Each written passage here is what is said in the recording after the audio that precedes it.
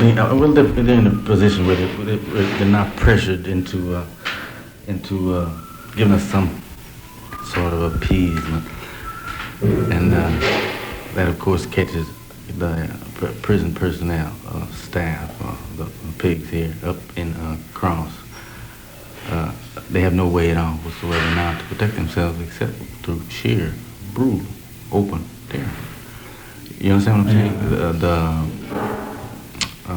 The comrades here, the pigs feel the comrades here have lost their reservation, their hold. They still feel that?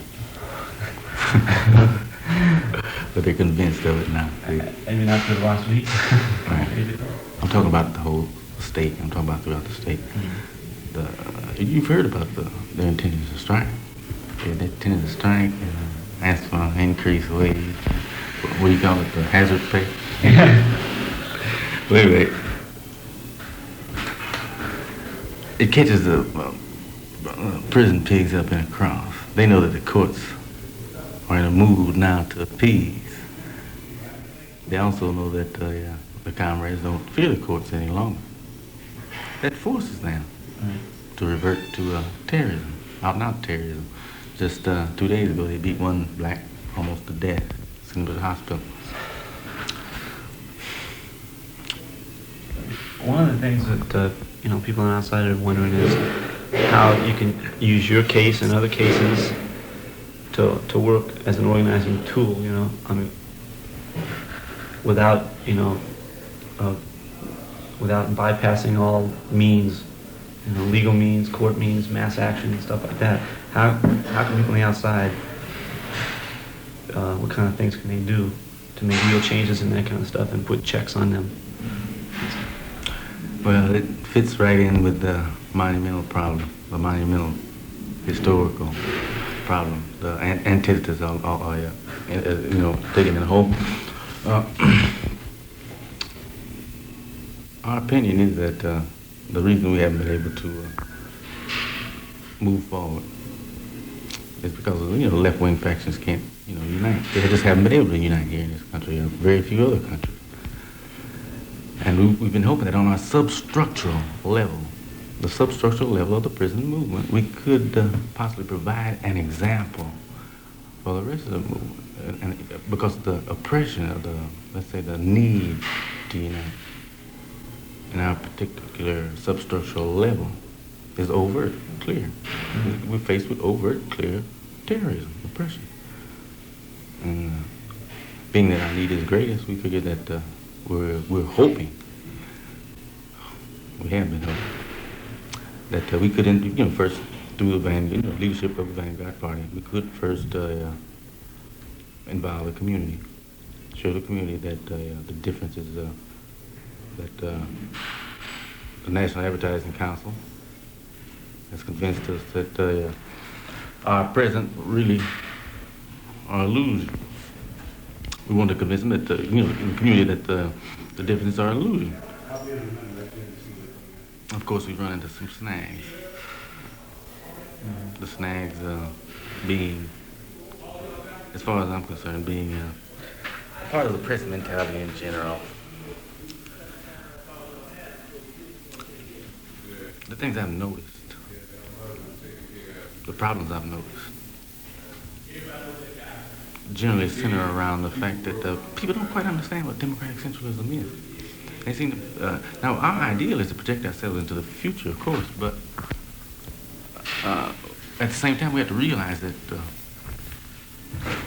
we have to understand that we're not quite all capable of, all opinions are equal, and we have to have some sort of centralism. Our preference, of course, is democratic centralism, And people don't understand that that's a necessity at this stage. That what we're working towards is the point where all opinions will be equal, all men equal. But right now we have to have the guidance and the purposeful leadership of a vanguard party.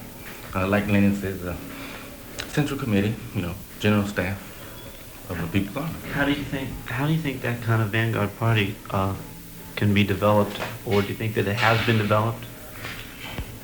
in the Black Panther Party? I'm Black Panther, of course. Vanguard Party, I'm concerned Black Panther Party. Do you think that the Black Panther Party is a vanguard party for just the black community and the white community? No. I believe pretty soon all those questions, as far as I'm concerned, will be cleared up. The paper is going to run a series of articles where I discuss the nature of fascism in general, and in particular, towards the end, the form that it took here in the United States. In one paragraph or two, you would find a statement that, one of my principal beliefs is that the fact that we're the most oppressed class, most oppressed segment of society, the fact that we're at the bottom of the pyramid, we have to take the initiative. Is that background noise? Yeah, no, that's okay. We're going to have to take the initiative. I feel that our job is to begin the process. Once the process is begun, once we've provided the example, it's my hope, or our hope, that the intercommunal ideal will spread from our community to yours, the other community. But of course, we know what the term vanguard means. It puts us out front. Well, there's one, in one interview by Lane Brown in San Francisco paper, The Good Times, she made a statement that they asked her what she thought of weathermen and their actions. She made a statement that she said, I don't know what the weathermen are doing, but I know that they're not the vanguard party, because they're not the Black Panther Party, and the Black Panther Party is the vanguard party, and thus they're not the vanguard party. And a lot of people were wondering about two things: one, her concept of vanguard party, and two, the reasons that she didn't know what weathermen was doing, assuming that they are engaging in some sort of revolutionary activity. Well, I won't try to second guess Elaine's definition of vanguard party, but I just gave you a brief. I just gave you a brief summation of why. I feel why I feel that Black Panther Party and the Black Panther Party, of course, is the largest black organization in the country, and it's of course, really only black revolutionary organization in the country for time. The reasons, like I said, that we have to be vanguard is that we're faced with a clear-cut oppression, clear-cut necessity, objective necessity. Objective and subjective conditions are correct in the black community for revolution. To get to your original question, though, I think that the real reasoning behind Elaine's statement is that if you consider the focal theory, if you go back and consider it, you see that the idea the idea incorporates two separate thrusts, a political and military thrust. The focal motor, the initiative, the push, the motor of the revolution has to be backed by a political force. You understand? When the man steps out, and with the idea of providing example, and there's no one in the background to fill in for, to build dual power. You need to rebuild the people's world as he destroys it. Where you at? You're left with nothing. Well, that's the question that was posed to Weatherman at that time, and that's why they changed. Here's the whole thing. The whole thing is the focal motor theory. The focal motor theory incorporates the focal motor theory incorporates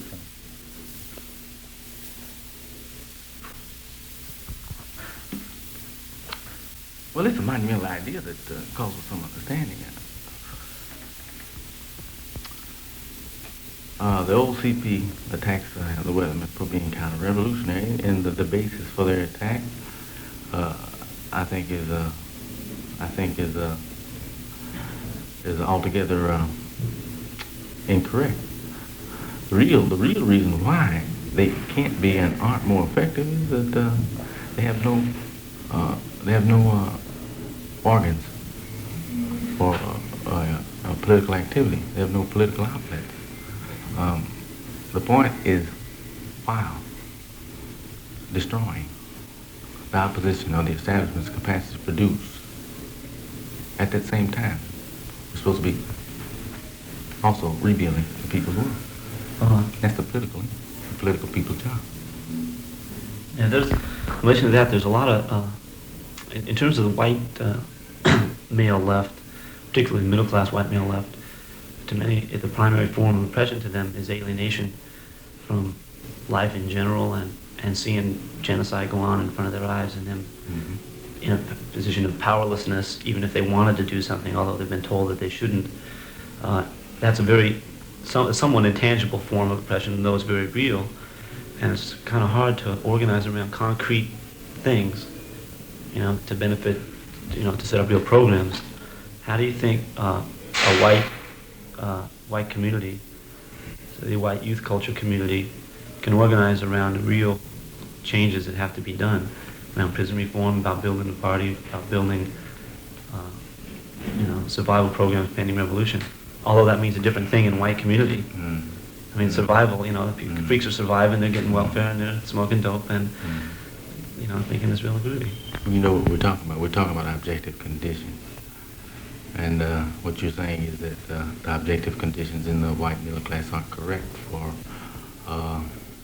the political programs and the political thrusts that are possible in the black community. And you're asking for, or you're asking for alternatives. But I feel that when we start talking about objective conditions, I don't think that we should separate what I term psychological or subjective conditions too much from objective conditions. I'm saying that a man can get mad enough. A man can get mad enough to fight over what you called just now, let's say U.S. involvement in Indochina and so forth. A man can get mad enough to fight over that. U.S. involvement in what? Yeah, U.S. involvement. All right. All right. But that whole question follows the statement I made a while ago. We'll have to provide the example. And that was Weatherman's objective. We'll have to provide the example. The programs and the organization of political structures and so forth will have to begin with us, because that's a follow-up of my statement. We'll have to begin with us because the objective conditions are correct with us, and we're hoping that the other community will be affected in some way. All right, their motivation, like you say, it doesn't have to be a overt, let's say, starvation. It could be psychological. Yeah, it goes very deep too. Like in Berkeley, what we've been setting up, or what has been set up for the past few years, is street clinics and street auto mechanics and those kind of things to organize it around the community. But we find that people who use that are basically just freaks, kids, and that the people in Oakland don't relate to them. And we'd like to be able to change that, although they're very skeptical. I don't think we should discount either. I don't think we should discount that the broad sections of the American middle class. I don't think we should discount the fact that they're also economically strained. Economical what? Economically strained. Their economic position is far from secure. Oh, that's clear. That's clear. But like the point is that the revolution is offering them economic security. I'm certain, positive that we haven't gone beyond the point where the revolution no longer in this country is separated from the economic motive, man. No, I don't think it is either. It's that sometimes people don't look far enough, though, and don't look. Of course, the average white collar worker sees only a short term, or the average blue collar worker sees only a short term interest. I understand that, but I believe the political point would be to make him see that there is still a very clear and present economic motive for revolt, revolution in this country. I won't discount that at all, but like in your article on withdrawal, one concerning that, in the white movement, there's been a lot less national mass actions, like the moratorium thing, rallies for Bobby, stuff like that. There's a lot more smaller groups with a lot of personal struggle around the way we fuck ourselves over, the way men in the community fucking over women, the way that we're not dealing with, the racism that's in us in terms of struggling around black people's demands. And so what we've ended up with lately is kind of May Day actions. I've been reading about that and that kind of stuff.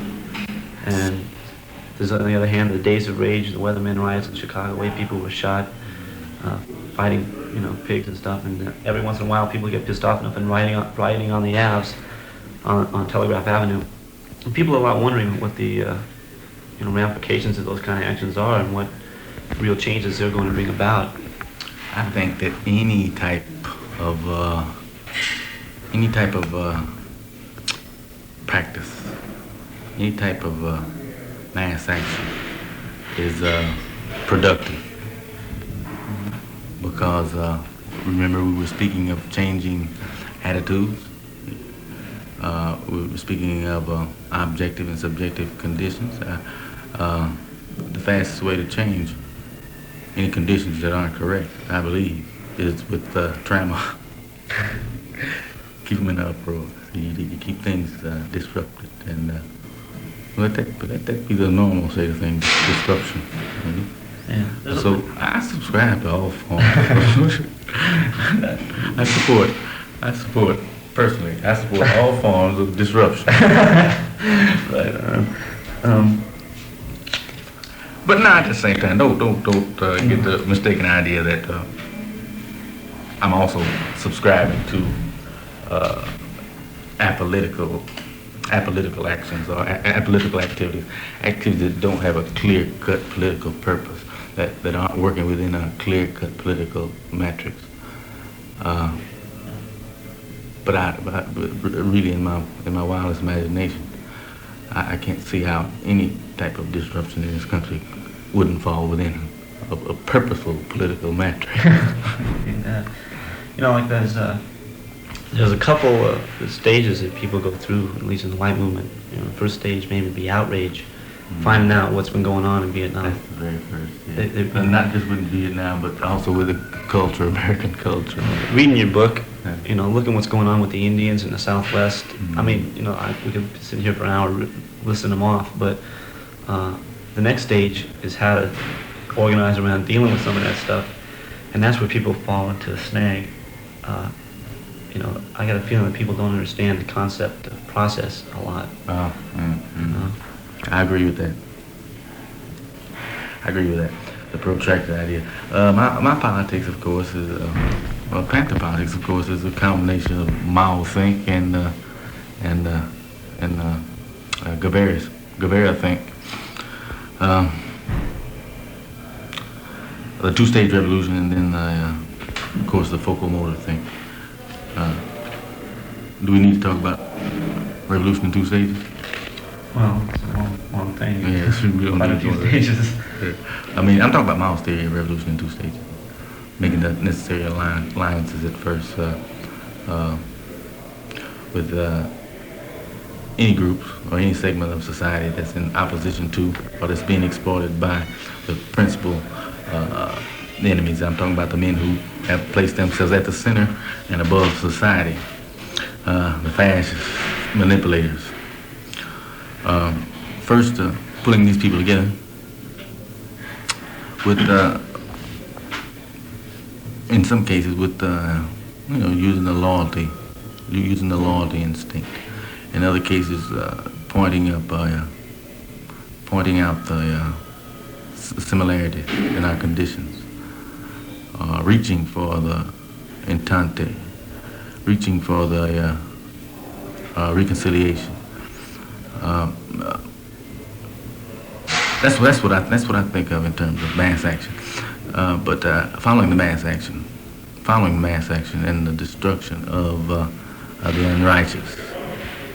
The second stage, of course, would be the socialization stage. I don't think we should worry right now that all of the people that we're allied with be strict Marxist-Leninists, just so that they're loyal to revolution. In reading Mao, you see that everywhere he's absorbing. And in some places, even the comprador bourgeois, and points all the way to almost to suicide. Almost, he was compromising with the comprador bourgeoisie, the international bourgeoisie in China. I'm not saying that we do the same thing, but that's what basically that's what Comrade Huey Newton was saying in his article. His article relating to black capitalism. Mm-hmm. And a lot of people misunderstood that because I didn't. I think I misunderstood that. Did you? Very clear on it, yeah. I mean, not that I misunderstood it. It's just that I had a lot of trouble understanding the concept. Everybody that misunderstood that, have not read Mao Zedong's theory of revolution in 2 stages. I know a lot about Mao Zedong's theory, but it's just a question of being in touch with the black community and where the black community's at, which is another thing. Yeah. But you understand that the guy that owns a drugstore on the corner, even the guy that owns a... Just a minute. Let's leave the drum go. Hey, brother, how you doing? All right, it's not 2 feet. Nobody's here to see you. Right. All right. I'll give it a I was right in the middle of another. Drugstore on the corner. Yeah. Even the guy that owns a shoe factory. I'm talking about the black. They aren't capitalists, of course, because where do they buy their leather from, their rubber, their string? Where do they get the building from? Where do they the machinery? See? The opposition at present is that guy that's making the machine tools, the huge few families that own around the country, the men that send out expeditionary forces all across the world to rip off about 80% of the non-renewable resources in the world. That's the enemy right now, not the little black cat on the corner that's trying to survive, really. He makes really no more in income than the average one of the world, actually. Of course, if we want to compare ourselves with China during their revolution, then we could call, I'm speaking in black right now. We could call the Nixon's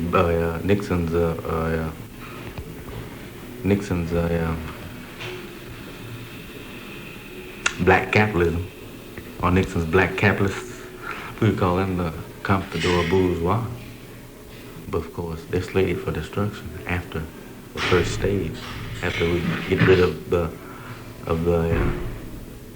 real enemy. All right. So the basic concept is that attacking the most heightened contradictions first, and then deal with the smaller contradictions later on. The socialization process comes later on. But really, behind the ideal is that we need allies. We need allies. That's what it is. We can't isolate ourselves. That's what he's saying.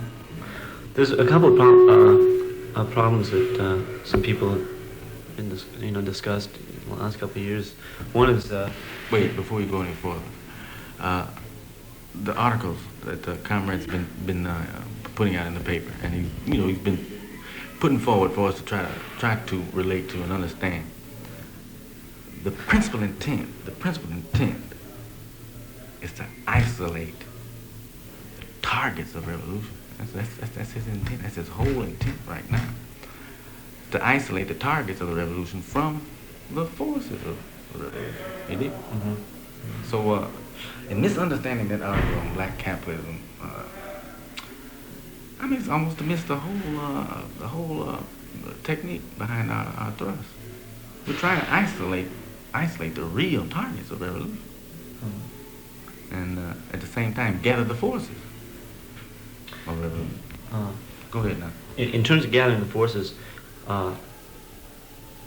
there's a lot of division in the movement. You know, let's say take just the white community alone. Women, particularly, are not into uniting with men who constantly press them sexually, you know, and constantly treating them as sexual objects, you know, and won't deal with them other than in terms of a fuck, you know, and that's kind of hard for a woman to deal with, and they shouldn't have to, you know, to deal with that. What can be done with that? And also in terms of white people, how can you know, black people ain't gonna work with white people who are racist and who ain't even deal with it. I mean, it's understandable that white people are gonna be racist. It's understandable that men are gonna be sexist when we've been thought up that way. But question is, what point is liberal? What point is being liberal? No, that's a big question. That's a two-part question that I'm laying to go into. How much time do we have? We got time, though. It's an important question. It's one of the most important in the movement right now. I think that's one of the criticisms of the Black Panther Party has been anti gay people for one. No, I don't think so. If you issued a statement that he's willing to join with anybody who's against the establishment. Statement and practice are two different things sometimes. Of course they're two different things. It's practice that's important. And a lot of white people are freaked out about practice around that. It happened around the Revolutionary Constitutional Convention and other. But you understand that the term vanguard implies an attempt to get out front and pull the people into the proper channel, right? When that attempt fails, all we can do is attempt again, try again. And under you can't accuse any members of the policy-making body, I don't think, anything like that. What we're trying to do now is get ourselves together. I'm not trying to make any. I don't want to accuse anybody. I'm saying that when things happen like that, it's understandable, and that's the way it's going to happen. It's mistakes are going to be made. The question is, how are they going to be dealt with, and how are effective modes of criticism, unity, are going to be carried through? We're going to reanalyze this whole woman question. We're going to reanalyze the whole thing. I think it's a big difference between the woman question in the black community and the woman question in the white community. For sure. But I'd like to reopen the whole thing all over again. It's open in the white community. Yes, don't know that. It's open. I'll admit that everybody has to admit that men do in ways fuck over women emotionally, psychologically. And but the reverse is also true. See, I think the responsibility should be shared. Let me get this up here. Addicted to these goddamn things. I'm a chain smoker. I think that if we reanalyze the question and stop being so really head up and emotional about it, that we can see that I think that we would be able to see that the psychological torture, the emotional oppression is a two-way thing. Do you think one could be the reaction to the other? They're interrelated, they're connected. But now, what I'd like to point out is the roots of the problem. Let's go back. I don't think that Marx dealt with it sufficiently. I don't think that that Engels dealt with it sufficiently. I'm talking about right now I'm talking about the formation of the family, the state, so forth, from the beginnings. I'd like you to consider right now the very first group of women, or let's say the first woman, or the first group of women. Do you think that any man at that time, we're going way back, right? Do you think that any man at that time could have talked his woman into destroying his child or destroying their children? Who really did decide who should play what role? And what's oppression? What is oppression in this particular vein right here? I think it's really messing over an individual to give him a role, teach him a set of responses Sure. that he will not later on be able to live up to, and that's what's been happening throughout history Yeah, with this role. Yeah, people understand where that comes from and who benefits from that. That extensive labor force of all these women staying home cooking for Rockefeller and then. Oh, you see what I'm saying, man? It's a possibility that somewhere way back down the long line that a female came up with the idea of oppressing us by putting us out there on hunting grounds to match our skills and strengths with animals. Or put us out there in the fields, right? Yeah, a lot of it's also the question of who's winning and who's losing. Well, I was saying, I think that if we reopen the whole question, launch a brand new dialectic and try to rediscover all the ways that we are fucking over each other, oppressing each other, that we'll find that we have very little to accuse the other of, and that's particularly so or true with the black community.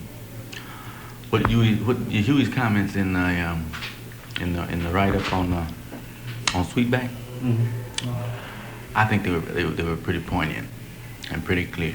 In our case, with the black subculture being a matriarchal culture, in our case it is the women who are going to have to stop emotionally oppressing their sons and emotionally designating roles that further enslave or that further oppress us. What he was saying, I feel, in essence, was that the only way that the black woman is going to ever be liberated is standing in the arms of a liberated man. And the only way that can ever take place is for to raise a liberator instead of a coward. A lot of women like find it impeding the efficiency of their social practice when they're working with men, and men will not relate to them as comrades. They find it hard, if not impossible, to do good political work. How can that be resolved unless the men start dealing with the stuff that comes down? I consider myself the focal motor. And I won't go any farther. But I have no problem whatsoever in relating to women as equals if they can show themselves equal. But I feel that same way about men. Did you? I feel the same way about another guy. Yeah, but see, one of the reasons that women sometimes initially aren't exemplary revolutionaries in early stages is because they've been brought up in such a fucked up society, and the society's told them, you can't make revolution. All you can do is wash dishes, and that gets pumped into your head so long that it's very hard for you to get out of that. I breezed over that too fast. Maybe I breezed over that too fast. I'm not going to ask her to wash any dishes. If any dishes we wash in our military safe house, we wash them together. I concede all that. If she's willing to stand beside me and pull the trigger. It doesn't call for more than 3 pounds of pressure to pull a trigger on a constructed rifle. In political discussions about what to do. And I'm speaking strictly from the military. Well, say we're in a military situation and there's men and women involved and decisions made to do something, or is being made, and women are intimidated from speaking, and men are pushing a lot harder and stuff, and not paying attention to what the women are saying and not giving validity to the women's ideas. That's not valid at all. You cannot ignore an individual that's standing beside you with a gun. You just cannot do it. I'm saying this, that it's impossible for a man to fuck over a woman if she's got a gun too. You dig what I'm saying? I've got a gun, she's got a gun. I cannot push myself in front of her. That's a physical impossibility. Well, even say putting out a newspaper, when decisions are made, political decisions that are made that could have far-reaching effects, and women are intimidated from saying they might have a gun, but they're intimidated from Psychological intimidation from the past. Things from the past. It's heavy. It's really heavy. I understand that, but I'm saying that the only way we can begin to resolve the contradictions is with practice. And I'm saying that the first step in that practice is focal activity, revolutionizing activity. It's also true that one thing was when you're say you're in a military group, it's very clearly important that the people know and understand and can and love each other in engaging in that kind of activity, and that or else live a normal life in spite of the fact that you're at war. I understand. Look, like you say, it's heavy. Wrapped right up with this same question is another problem that we as blacks have. The ideal of just what is disciplined behavior, and what is authoritarian behavior. The average black well, he's repelled by the ideal of discipline. I'm talking about the ones in the movement now. I'm talking about the conscious brothers. They find it hard to discipline themselves and relate to the fact that structure has to exist for anything purposeful to go forward. The two things are wrapped up right there together. In the woman question, the way things are going to usually generally end up is that some man will be heading the cell, and the contradiction will start right there.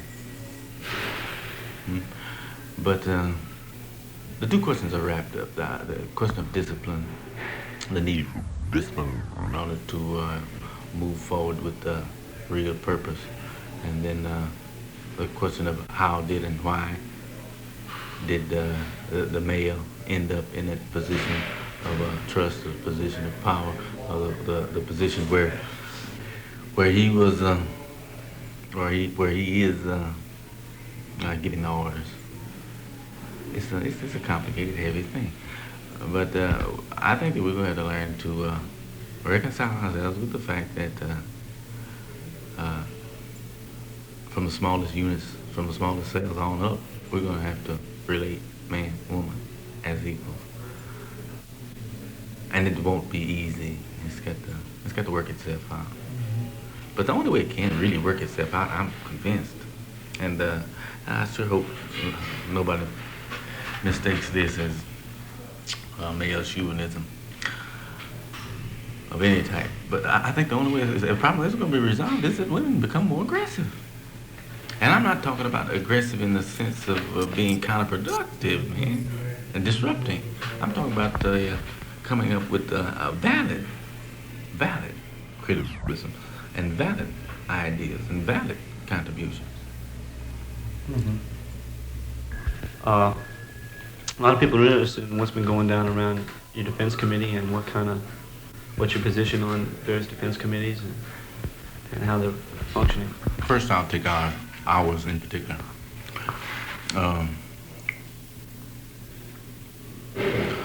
Our ideal at first was to involve, of course, the order came down to involve the community as much as possible, to give the community the responsibilities that we felt would help involve them in anti-establishment activities. The idea was to introduce them through our little substructural movement. The idea was to introduce them to anti-establishment in general, on the supposition that later on, as things progressed, they would move logically into higher levels of anti-establishment. You dig what I'm saying? You follow? Yeah, I also think what happened. Well, it broke down. It didn't work. Yeah, It didn't work. Well, the reason it didn't work, well, we know why it didn't work. The reason it didn't work is because of a lack of understanding of democratic centralism. See, we right in our midst, we started drawing people who we consider and who were definitely opportunists, and then others who were anarchists. And nothing can be done with opportunists or anarchistic behavior. The ideal of a committee where everybody is doing their own thing, this is counterproductive. Behind the idea, out from the outset, we should have clarified from the outset behind the whole project.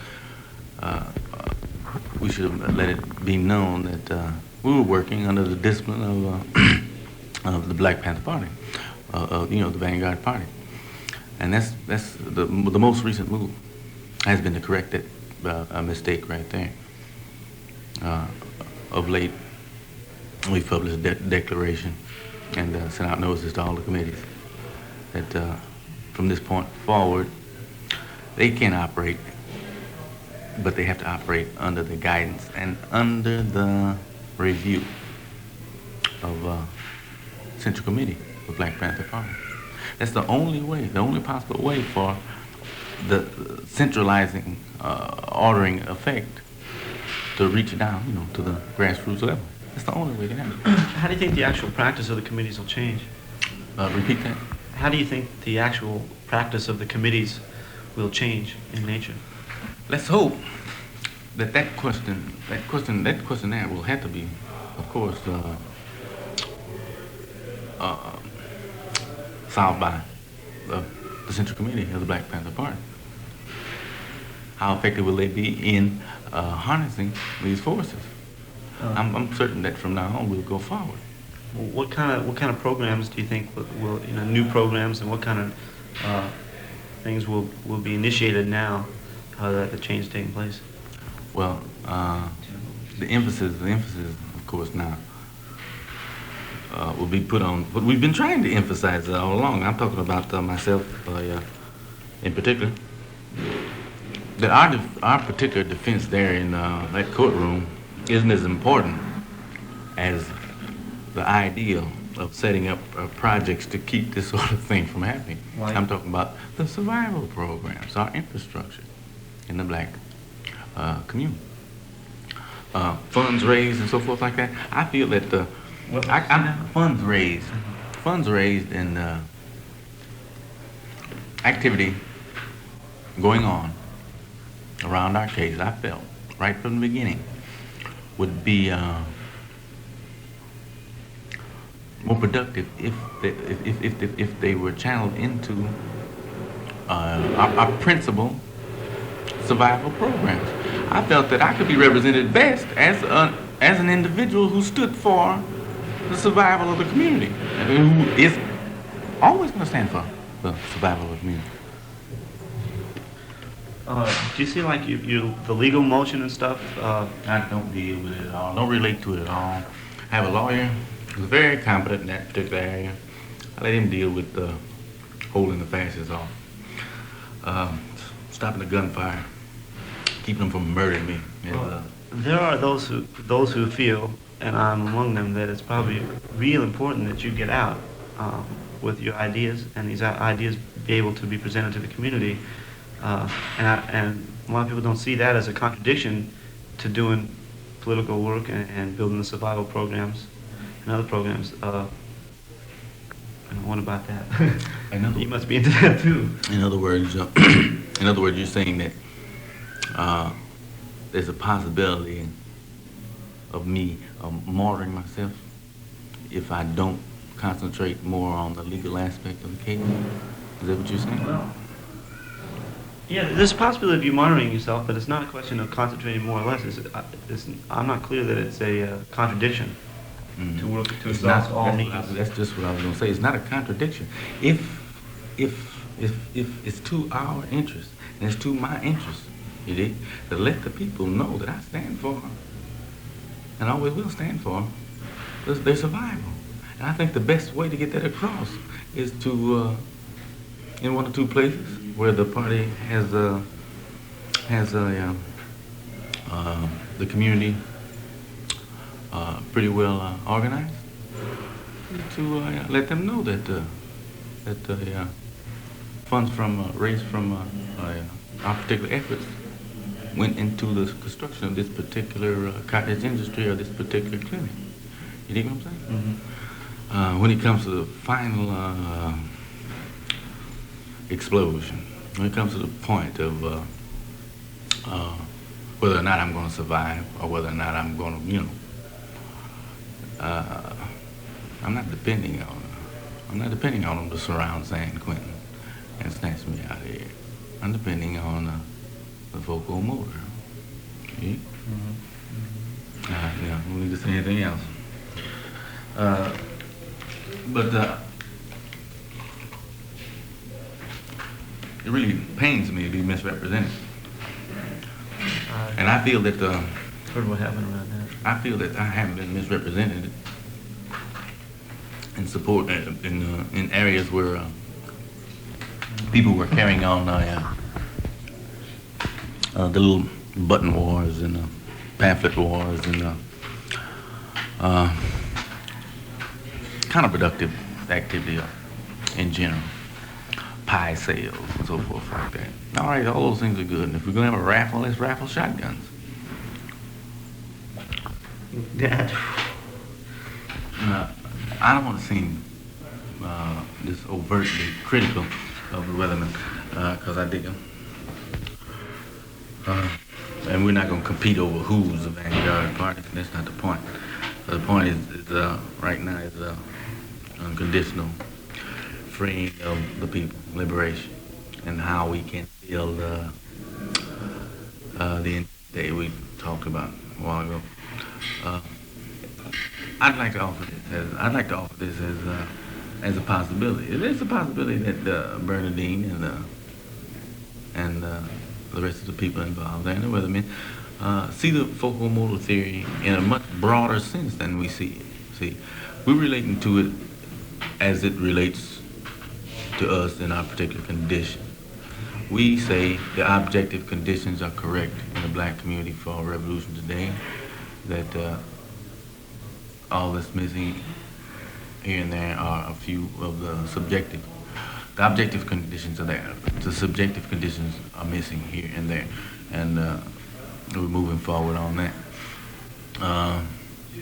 With our programs and with our movement, and by movement I mean the shootout on Central, August 7th, and all attempts to, and all actual efforts made to put the fascists to death. But like I was saying, perhaps the Weathermen do understand the focal motor theory and are looking at it in a much broader sense than we are. Like before when I said the ideal embraces in its essence, in its heart, two distinct entities, a political and a military thrust. One can't exist without the other. That's why, Che died in Bolivia, because he couldn't get the political infrastructure that he needed to support his military thrust. But let's say with this last comment that perhaps the Weathermen are viewing the world situation. Perhaps they're saying that the objective conditions may not be absolutely right in a white middle class community, but the conditions are right in the black community, and the conditions are right in the world.